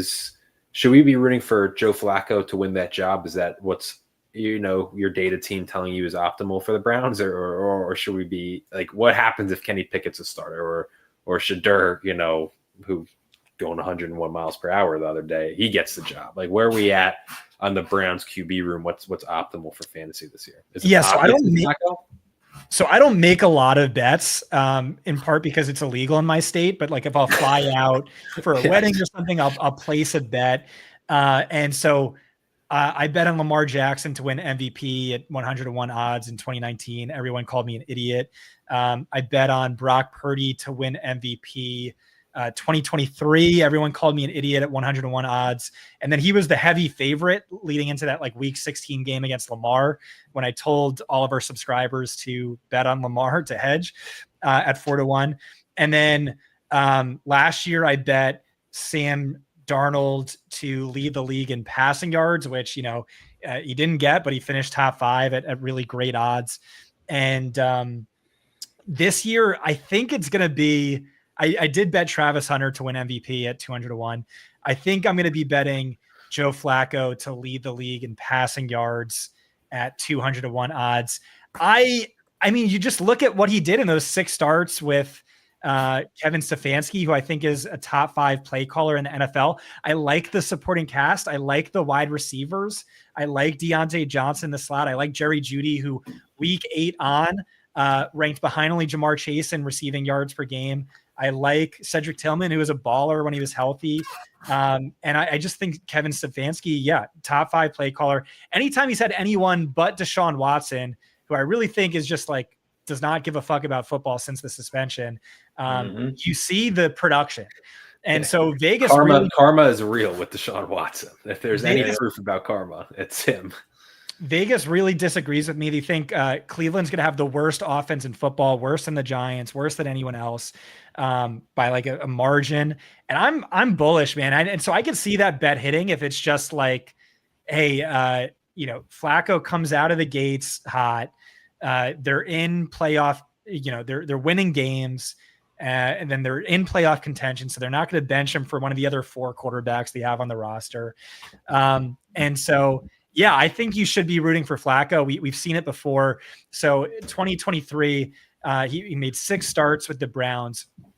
In those 6 starts, David Njoku was putting up 20.4 fantasy points per game. That's PPR. So easily tight end 1. That would be wide receiver or maybe it was 18.4, but it was like wide receiver 5, wide receiver 6. And then Amari Cooper was wide receiver 2 by fantasy points per game in those Joe Flacco starts. So I don't know, man. I keep coming back to that. I'm maybe more bullish than I should be, but for some reason, 41-year-old Joe Flacco excites me. Never forget, Joe Flacco won Comeback Player of the Year over someone who literally died on the football field and came back to play. So he also has that going for him. Terp, in the chat, I think it was, let me double check who said it, but someone was saying, Joe King mentions, like he says, Pat Freiermuth feels underpriced to him. Tight end 16. I know you've had some love in the past for Pat Freiermuth, and I think you still do. Do you agree with that statement that he's underpriced, or where are you at? I think he's okay. I mean, I've always been in on Pat Freiermuth, but we talked about it before. I just don't think anything about this offense excites me. I just don't know. I mean, if you're talking about a best ball type of situation, yeah, I would definitely have some Freiermuth, but like I just can never really get excited about clicking that button in a league where you have to start somebody. Like Freiermuth or Hunter Henry. I'm starting Hunter Henry. I trust him more, and that might sound crazy, but with Aaron Rodgers, I know, Freiermuth is easily probably the second best, option right now, but I don't know. It's just, I just don't like anything about that offense. I don't like Arthur Smith. I don't like Aaron Rodgers. I just don't know if he cares about, if he's just coming in, just, Mike Tomlin, like, does he even he's a great coach, but he's kind of faded a little bit in the top echelon of coaches. Then you have, the receiving core. What is really to be excited? I think they're the worst team in that division. I don't think that's a hot take. I think the Browns will finish with a better record than the Steelers. And I know the Steelers always are at a, 500 record or better, but who has a better skill position? Can you definitely say it's the Steelers? I don't think so. I mean, Scott just pretty much laid it out for the Browns. Njoku, Jerry Jeudy, Judkins, Flacco. Is Aaron Rodgers that much better than Joe Flacco at this stage? I don't think so. Probably not. I don't think that's a crazy statement. I know everybody's, the name value, but what has Aaron Rodgers shown you in the last couple of years? That he's complete dust or close to it. You're going to see those throws every once in a while, but if things go wrong, Aaron Rodgers is going to. That's just an unknown at this point. So, yeah, I'll have some Freiermuth, but I don't know. He's more of a best ball guy for me in a 3 tight end type of build, or but in a league where I have to actually click the button and actually start somebody, I don't know how I can consistently be excited about starting Pat Freiermuth. Scott, I actually don't know where you live, but your state is getting some hate in the comments about not. I'm in Texas, yeah. Oh, which wow. Everyone's surprised that there's nothing. Illegal betting. No, I mean I could play DFS and all that, but no, I can't make prop bets. I can't. Is it in the cars? Is it working its way through? That's crazy for Texas. Yeah, no. Jeez. No, wow. I would not have guessed that. I would not have guessed that at all. Because Texas they'd make a killing if they ever did it. That's one of the wildest things I've heard. If you would have said it, I would have guessed a million other states before Texas. Yeah, you learn something new every day. I have a question for Scott. So we talk about builds and what's obviously every build can win. You can always win doing crazy things, but we keep going back to Team 6. So with Dak Prescott, they took him. Are you okay taking Justin Fields right after? Or I love that. I think that's great. I think you have one of the best floors in fantasy, especially at cost, and a Dak Prescott who finishes top 12 every single year. And then he has those random years where he'll finish top 3. And then you have Justin Fields, the Konami code. I thought he really elevated his game last year. He just played more conservatively in that Arthur Smith offense. And on a fantasy points per game basis, because of the rushing, he's mid-range QB1. So that's the way to do it. If you're going to take 2 quarterbacks, is you're going to wait, and then you're going to have a floor plus ceiling, and then a ceiling guy. And I think that was really sharp. Scott, I want to ask you, obviously we talked about Kyron earlier, but there's no denying, no matter how you feel about Kyron Williams, is that he does often get banged up. If he gets hurt this year, Jarquez Hunter at the 1304 or Blake Corum at the start of the 14th round here. Which backup Rams running back do you think is maybe a better value pick and has more upside to produce in the possible absence of Kyren Williams? So I'm a Jarquez Hunter guy. I really like Jarquez Hunter. He popped in all my models, but I would go Blake Corum. I think the way they view it is Hunter is more of like change of pace, explosive play threat. But Corum is the pure handcuff where if Kyren Williams were to miss a game, you see Corum come in, get 16 plus touches. Interesting. I don't think Hunter's that guy. I was a Blake Corum guy last year. He was one of my highest owned players. I loved him coming out. I definitely fell into that trap last year, not drafting much Kyren Williams and drafting too much Blake Corum, that I know a lot of people fell into. But I still like the player, but the only thing you have to question is, do they like the player? Because drafting Jarquez Hunter, wasn't really something they needed to do. Obviously, like Scott talked about, Kyren Williams is probably going to get contract extension here soon. It really doesn't make a lot of sense to take Hunter. But, his points are spot on. Like, I still like Blake Corum. I'll still mix him in. He's pretty much free in drafts right now. Both of these guys are free in drafts right now. They're both great bets. You're talking about a potential Sean McVay running back if, God forbid, something happens to Kyren Williams in the 13th, 14th round.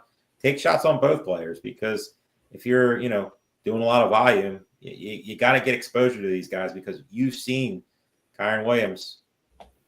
His snap share is ridiculous. Watching him last year was probably one of the most painful experiences in fantasy football I've had for so long, because I knew I didn't own any of them, and he never left the field. Like, literally was on the field every single down, outside of one series here and there. So it's not a waste of pick. I don't know who just popped up. Derek put it up there. You got to take shots on these guys, because if you're drafting in a gorilla draft and you're looking at all these guys who are getting drafted, you got to take as many shots on these guys, and just maybe something happens to the guy ahead of him. Will Shipley, Ray Davis, Isaac Garendo, Rashawn Johnson, even Tyler Algier. I mean, hopefully never happens to the Lord and Savior Bijan Robinson, but it's in the possibilities. So always take shots like in these later rounds on these handcuff running backs, because, if one of these guys do go down with an injury, these guys could be sitting in a gold mine and just free in drafts. Scott, some conversation in the chat about one Ja'Cory Krosky-Merritt. Obviously, there's so much focus on RJ Harvey and Basil Tudin right after the draft, but JCM has kind of been subtly rising up draft boards. He's going now at the 1401, running back 55. A lot of high stakes players are intrigued in the talent, maybe not sold on Eckler as he continues to older, and then Brian Robinson there. The Commanders' backfield, how does that break down for you? And are you believing in the sleeper hype of JCM? I'm not at all personally. I just wasn't high on him. It's one of the oldest players in the draft, and against lesser competition. I think he only had like 12 career carries against power conference opponents. And he just didn't wow. He just didn't really impress me. I do know a lot of sharp people. Jacob Gibbs loves the fit stylistically, believes in the talent. Mike Renner came on my podcast, just effusive in praise and loves the fit. But I don't really see it. I see Brian Robinson as the early down workhorse. I see Austin Eckler as the pass catching back.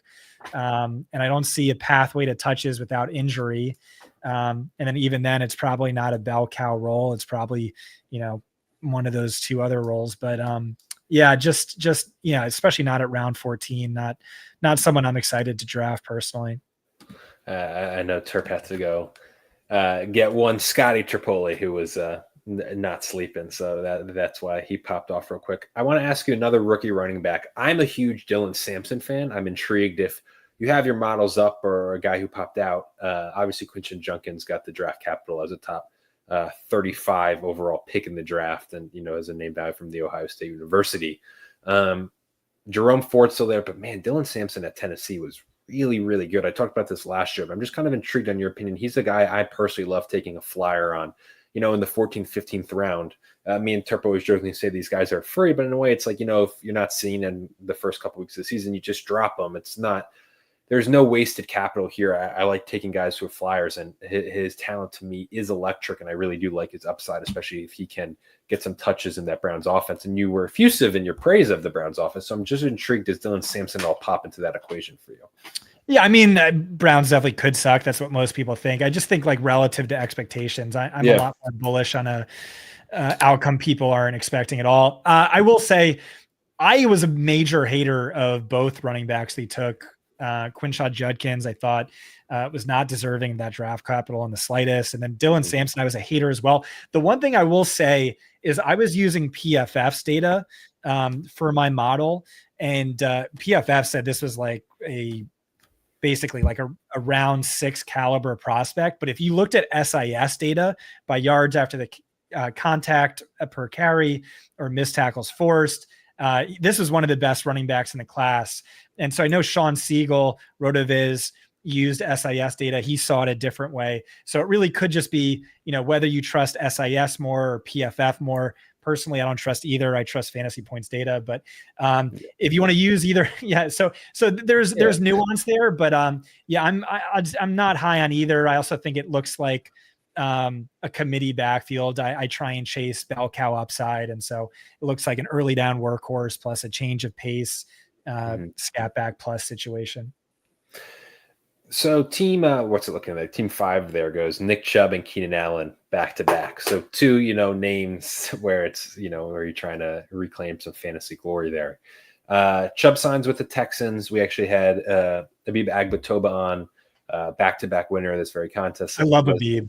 Big Abib fan. He's the man. And obviously, as you know, big Texans fan. And he said Nick Chubb. He lives like 5 minutes from me. I've been to his house. Oh, for real? Yeah. Yeah, because he's in Houston. And the big, but he was just saying, like, Nick Chubb signing there is like he's going to get touches, and they're going to, help him spell Mixon, so Mixon doesn't have as much workload, and then Keenan Allen has to get to sign. But you kind of alluded to it. Keenan Allen looked, I think, way better than some people thought last year. So what are your thoughts on these two vets? Obviously, we don't know where Allen is going, but, maybe their potential to have some more moments of glory this year.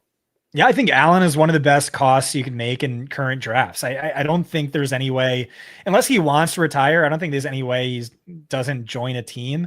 And I envision him being like a starter in 3 wide receiver sets. Like I said, I thought he played well last year. And then the year before that, he was a top 5 wide receiver on a fantasy point per game basis. With these older slot receivers who are, route technicians, I think they age more gracefully. And so, you're talking about a tournament format like FFPC or Underdog. I think this round 15. I mean, like, what is the league winning potential for, an Xavier Legette? Like, I don't Jalen Noel. Like, I don't see Jalen Noel cracking, 20 catches. So, I love the risk reward on Keenan Allen. And, if I'm wrong, I don't think I am. You could drop him week 1 easy. Yeah, it's just always so funny. Usually it feels as if those league-winning upside plays this late are always the younger rookies who maybe have a great potential spot or could be. But then there's like some names where it's like, drafting this vet who still has it, he doesn't have a team, or, Nick Chubb now multiple.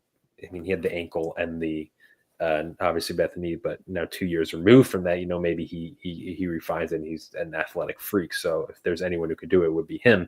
The flip side of that, though, is team 1. And those same 2 rounds ago, Jack Beck and then Pat Bryant, 2 rookie receivers who really potentially nice landing spots there. Obviously, the Raiders with Geno behind Jacoby Myers, it is kind of wide open, and then Pat Bryant, and you always like to believe that Sean Payton can find himself some weapons. Payton does not like Marvin Mims, even though Mims had his moments last year. So I want to hear your thoughts on those 2 rookie receivers and 2 dart throws that I personally like this late in drafts. Yeah, who was that? It was Marvin Mims? No. Pat Bryant and Jack Beck. I just mentioned how Sean Payton hates Marvin. Yeah, sorry. Okay. No, so Jack Besh apparently is not starting. He's viewed as redundant to what Bowers and Myers bring to the table. So Dante Thornton, at least in practice, is starting over him in 3 wide receiver sets. So that, I think, would be the better upside swing. Pat Bryant, I think, is really interesting.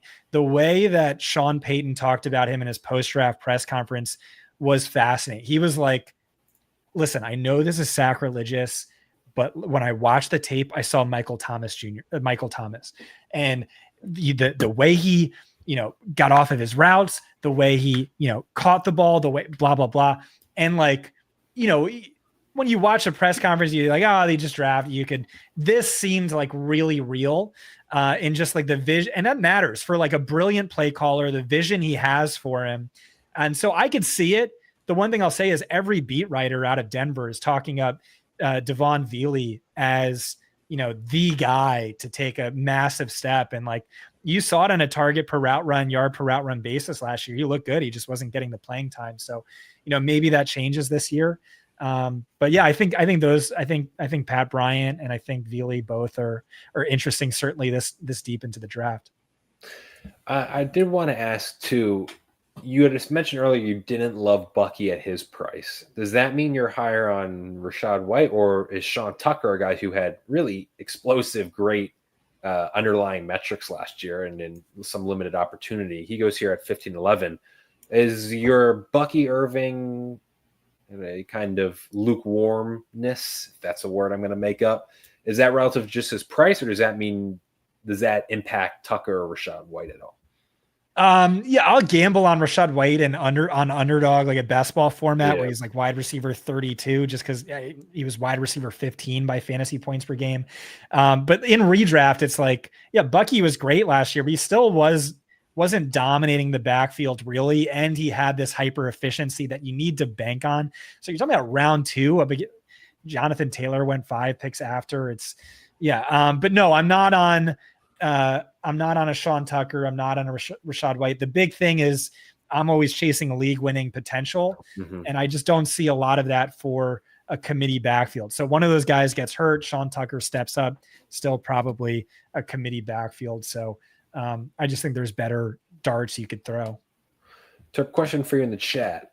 From like Terrence Ferguson. That's a good round 16 pick. I really like that. We'll get into Terrence Ferguson, but real quick, question for you in the chat from Jimmy Williams.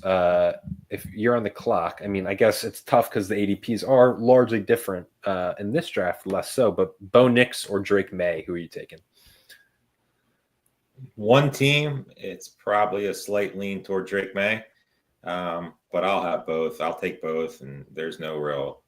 I'm not going to hot take this one and say one is clearly above the other. I like them both. I'll draft them both. They're both exactly what I'm trying to look for if I'm waiting on a tight end. I'm waiting on a quarterback. If Bo Nix has a little bit better offense, a little bit more established, but with Josh McDaniels, Drake May, Diggs, obviously the running backs, and Hunter Henry, and if Kyle Williams is a real deal. I just love Drake May as a player, so it's really hard for me not to. If it's 1v1, I'll take the May outside.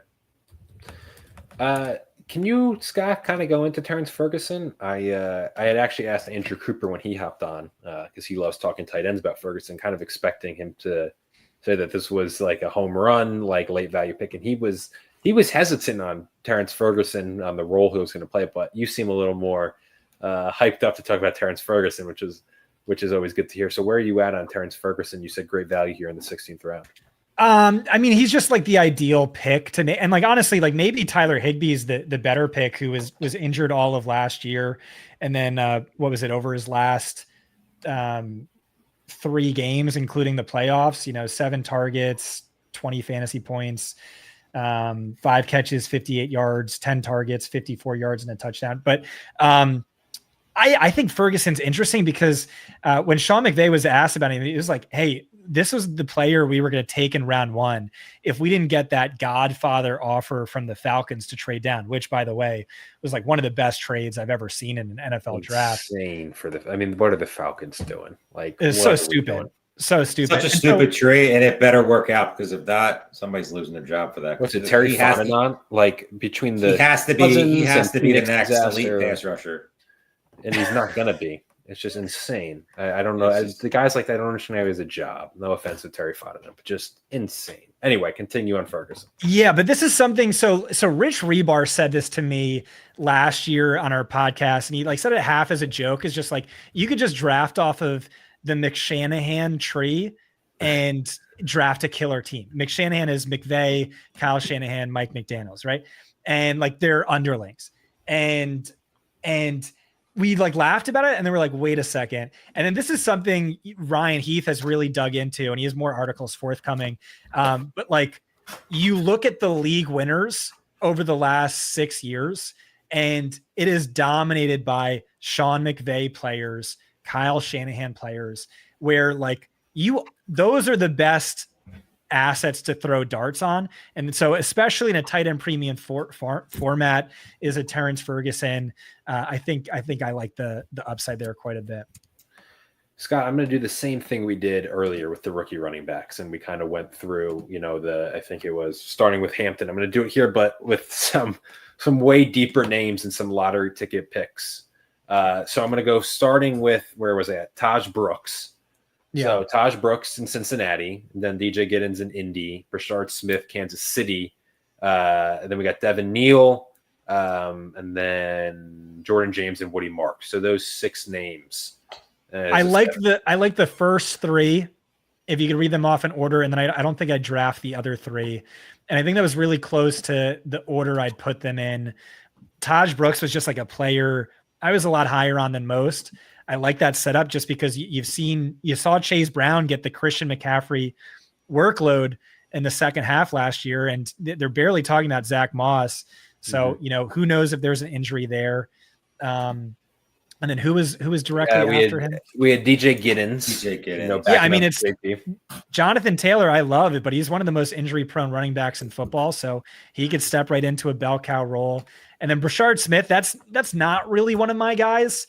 Certainly less upside than the other 2, but that is a Derek Brown favorite. Talks about him as Jerick McKinnon with even more upside. So who knows? And then it's just there's like a lot of these names, but like it's as Terpoilli says, like it is that what if, right? Of what, like Jordan James, could he be the backup if CMC does go down? I mean, Woody Marks, I'm sure that Nick Chubb signing hurts Woody Marks there. And what was the other one? Devin Neal, Kamara has shown to be reliable. Pretty sure they just signed Cam Akers too, so that just muddies the waters up there. I think I saw it the other day. Cam Akers signed with the Saints. And then I don't know off the top of my head if he did. And then Kyle Modenheim, it's like, who knows what Chicago. There's just like a lot of these guys are in very muddy situations, but like these are the names, like one of these guys more likely than not will emerge. It's just how it happens every year, whether it be through injury or just opportunity, and they'll deliver really good value. And I think this is a great spot for like tight ends if you're taking lottery tickets. And also there's some receivers in here like Roman Wilson, if you believe that, we all like, most people liked him coming out of the draft. Rookie season was a wash. But there's really nothing else there. I know Arthur Smith doesn't ever get that second receiver to really, do anything in his offense. But Dante Thornton, he's the hype monster. He's the hype monster of the preseason so far. Before the pads get on, he's starting. He's looking good in practice and all that good stuff. Jalen Coker showed some flashes last year, but most importantly, these tight ends. Let's go through them. Arande Gadsden getting a lot of positive press so far. Has a couple guys that are a little older above him, not really exciting. Could he be a player? Maybe not right away. Ben Sinnott, is a name that every soul loved last year, was getting drafted and just never saw the field because Zach Ertz was just really good and didn't get hurt. Terrence Ferguson, Scott just talked about him, pretty much spot on there. Elijah Arroyo, someone in that somebody in that tight end room is gonna do well this year. Whether it's him, whether it's a fan. Yeah, but we had Coupon, no fan. Yeah. Yeah, it's if you're drafting a best ball team and you're waiting on tight end, take them both. One of them is going to be a really solid fantasy player this year. It's a little bit of an unknown which one. Theo Johnson, the measurables are there, the athleticism's there. Like, will he figure it out? Can he stay healthy? That's an unknown. So, the running backs aren't the prettiest and not really any that I'm really overly excited with. Some 16, Justice Hill, are you really drafting Justice Hill? He's shown something, but not really. Even if Derrick Henry gets hurt, they're never giving the ball to Justice Hill that much. Somebody else is going to get rotated in. They're probably going to trade for somebody. Keaton Mitchell's coming back. There's a lot of tight ends that you could take some shots on, especially in the FFPC format. that are right here. Cade Otton, 18th round. I mean, shown flashes. There's a million guys ahead of him, especially in the receiving core. But, one of those guys get hurt, Cade Otton could be a more focal point of that offense. So I'll take all my shots on these guys. I mean, it's worth it. You mean the 18 million people in the Buccaneers offense? If they all get hurt, Cade Otton can become a focal point. Literally 18 million, because they have so much talent. That's why it's really hard to get excited about drafting anybody named Mike Evans. And I love, I love the other guy. I don't love Chris Godwin. I'm off on Godwin this year too. Godwin to me, it'll probably be a full fade for me. Tightrope surgery, I'm out. That's how I roll these days. I'm pretty much out, and literally the guys behind him are extremely talented. Yeah. It's hard to not like. They drafted Emeka. I'm terrible with his last name. I'm not going to try.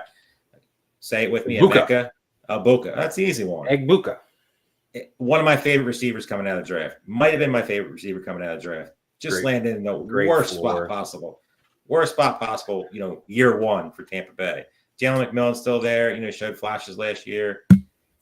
Mike Evans never coming off the field. So Cade Otton probably will never, ever get to where you want him to be, but you could do worse in the 18th round. Scott, I do want to ask you, Brashard Smith, Isaiah Pacheco obviously got hurt week 2, if I remember right. And, just never look right, probably rush back. I mean, they could be a sweet spot, that Chiefs running back room, especially if kind of they keep trending towards, that run heavy offense. Is Pacheco, I think I just missed, he went at the 7-11. Is he due to kind of return to form as what we came to expect? I mean, he was going at the 2-3 turn last year, and that injury just kind of took away his whole season. Or, he was a 7th round pick. We've seen names kind of flame out after, not one hit wonder for Pacheco, but, he had a couple good years, like Philip Lindsay comes to mind, right? Just these names here, they have 1-2 good years, and then, they kind of fade into irrelevance. Where are you at on Pacheco and then the rest of that Chiefs running back room? I have no idea, honestly. That's one of those really tricky situations where it's like, even if you want to blame it on injury, the dude had averaged 4.3 carries per game in the playoffs. Really favoring Kareem Hunt. When everyone was drafting him that high last year, I was saying, like, why would the Chiefs, who really only play for the Super Bowl, give Pacheco a bell cow workload? Like, that's just going to increase his injury risk. Like, again, they play for the playoffs, but 15 carries, 3 targets, 19 carries, 5 targets, weeks 1, 2, and then he gets hurt. And so, maybe he's just fully healthy. They go back to that. I'm kind of more inclined to think it's a really gross committee situation where, you see Brashard Smith get a number of targets, and then maybe Pacheco and Kareem Hunt still split early down work, although Pacheco will get the bulk of that. And it's also just not like the Kansas City Chiefs offense that, would break leagues, I don't think, anymore. So he's either a player I just don't have a great read on, or he's just a player I'm not drafting. It definitely feels as though it's a muddy situation. What is, when you're drafting, kind of, I say this early, we're in mid-June now, but for a lot of people, this is still early, who don't start drafting until, the calendar hits August. When you're drafting, how do you navigate some of those muddy situations if you're kind of a volume drafter? Like, do you just stay away if you're unsure, or do you just kind of pick your spots so you have some exposure? How do you, because I'm sure a lot of people who are watching right now are going to watch this later, they do a ton of drafts now, and they're feeling the same kind of unfamiliarity and, as Terp says, like, bad vibes with certain guys. Like, how do you navigate that? Because, you might have clarity come start of the preseason, or the end of the preseason, I should say, but right now you don't. What's your strategy there? So my strategy, the same as it is every year. So I'm a little behind on research right now. I have like a big Google Doc with like all of my dang stats and different things. But I haven't really tried to hammer down my rankings. That's coming over the next few weeks. But once I have my rankings, I just contrast that to site ADP, FFPC ADP. I look for the biggest values, and then I plan my draft around them. And so, like, I'll start from the end and I'll work my way to the beginning. And it's, circle your draft players. I do not want to miss David Njoku in round 9. I do not want to miss a blah, blah, blah. And that's really what I do. And that's what I do every year. And so, like, I'll diversify mostly in the earliest rounds, but rounds like 8 and beyond, like I'm very aggressive getting my guys, and that's worked out well for me. And in 2019, I finished top 10 in this format, the Big Gorilla. I think it was the Players Championship at the time, and I was the number 1 team that didn't have Christian McCaffrey, who was my 101 that year. And so if there was a Christian McCaffrey injury in week 14, I could be half a millionaire. It's always it is crazy how me and Terp always talk about it. Just the finest of like margins, like just one little thing, one domino. You look back at everybody does it. Everybody tortures themselves. You look back at certain teams you did that missed the playoffs. I had a main event team last year that missed the playoffs by like 0.68 and would have stormrolled the playoffs, would have won everything in the playoffs. Probably wouldn't have made a deep run, overall, but still probably would have got finished in the money. You just look at like 1 point, like let me lose by 100. I'm perfectly okay with that. Because 1 point just gives you anxiety of like the stupid, like silly moves that you just didn't care about during the season, or you're like, I'm just not going to put that guy in. It goes crazy, or you pick the defense here over a defense there, and it's 1 point different, or a kicker here. Those things keep you up at night. Also, did find it funny in all our, surprisingly pro Browns conversation. We didn't even mention the corpse of Deontay Johnson is now there. Another possible one. Corpse? Is he just like an absolute head case? Like, because I think he can play. I think he definitely can play, but I agree. It's he can easily be cut next week for all we know. Here's the thing. Corpse is reserved for old people, so I should say the shell, the mental shell of Deontay Johnson. Deontay Johnson was really good, like straight-jacketed Deontay Johnson. I don't know. Like he was good in Pittsburgh, and Pittsburgh knows when to cut ties with receivers, which talk about vibes, Turpwitz makes Pickens a little uneasy, but goes to Carolina. Does not. He played for what 3 or 4 teams last year? He went Carolina, Ravens, Texans, maybe just 3. But like the crazy fall off for a guy who, was a really good receiver, elite receiver. Not just, he was the target share monster. He was what pretty much, you dreamed of as a mid-round receiver. Yeah. Now it's like, I have no problem drafting, Deontay Johnson in a Gorilla draft, because what can you do in a Gorilla draft that you can't do in best ball? You can cut him.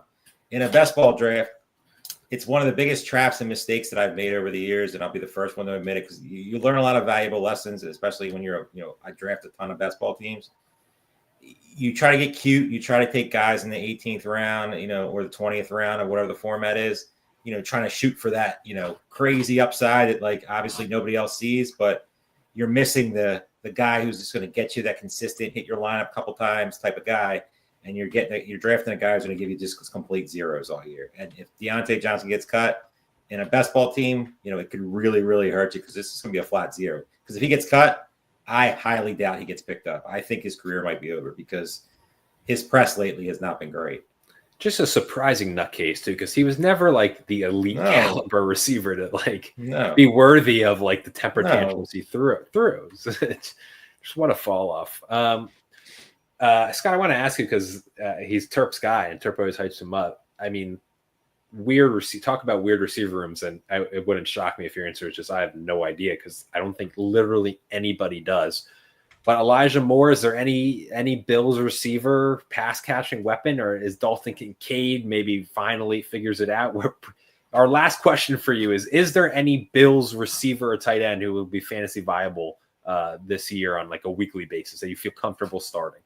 Yeah, I'm a big hater on Dalton Kincaid as like a positionless player in the negative, where it's just he's not as good of a slot receiver as Khalil Shakir, and he's not as good as a blocker as Dawson Knox. I don't see his pathway to playing time. And then Elijah Moore is just one of my guys who I just can't quit. So he's sort of redundant to Khalil Shakir, but you never know. This is the first time in his career he's ever had a quarterback who is halfway decent. So a lot of positive vibes come from Buffalo too. Let's get that train going. That's every June with Elijah Moore. I know, sure. But Elijah Moore last year with the Browns wasn't terrible. Like he had moments, and there were plenty of opportunities there, especially when Winston was the quarterback. That he would have hit your lineup if you took him. I'm not sitting here saying you're excited about it, but to me, if I'm betting on a Bills receiver, I'm betting on one of these guys who are free because Secure is going to be fine and he's going to be okay. But like, is he really excite you? Does that really is he a league winner? I don't think he is. And I'm not saying Elijah Moore, Josh Palmer, or any of those other guys are league winners. But when you're talking about here, I'll take some stabs. I mean, 18th round in best ball, 20th round in best ball, no matter the format. I will take Elijah Moore as many times. I just drafted 2 FFPC best balls this weekend. Both teams, 18th round, Elijah Moore, and I won't quit the guy because now there's no more excuses. If he can figure it out here with Buffalo, you could be talking about by the time the summer comes along, when we're talking about August and September, a guy that could be moving up 6-7 rounds if the press continues. 2021 Elijah Moore and the Jets bring me back. That was nightmares. That was he was. It's fine, but that's okay. It's a different year, and he's in the 20th round in this draft. You can't. No, the nightmares are from 2022. The good vibes were from 2021. Yeah, that was 21. The bad year just gets stuck because everybody loved Elijah Moore. He was like a 7th, 8th round pick. Yeah, I think he was higher by the time. Yeah, and that was on a Zach Wilson led Jets offense, and that was just a complete disaster, as it always is. Scott, we want to thank you so much for having you on. Thanks to everyone who listened. But Scott, before we go, please, can you tell the people, everyone who's listening now, or will be listening, or I should say watching, in the coming days, where we can find your work and all that your team does over at Fantasy Points? Yeah, check out Fantasy Points. Check out Fantasy Points data. Check out my podcast with Theo Greminger, School of Scott. Like I said, we're really proud to have FFPC as a partner. If you're new to FFPC, you're just watching this for me, you can use promo code POINTS to get some free extra money thrown your way when you make your first deposit. I just think this is the best format. Love tight end premium. So shout out to you guys and thanks for having me on. Oh, Scott, we appreciate it. We will be back next Wednesday. It will be Terp. Eric Balkman will be hosting with you, Terp. Nelson Souza from FTN Fantasy is joining to cover another Big Gorilla, and then come July, we'll be releasing that schedule soon. Probably going to mix in some Big Gorilla best ball tournament live streams, and maybe we'll start a main event stream when those live drafts kick off post July 4th. So we'll be back next Wednesday. Nelson Souza, we will see you guys then. Thank you to everyone who tuned in, and happy drafting. See you guys.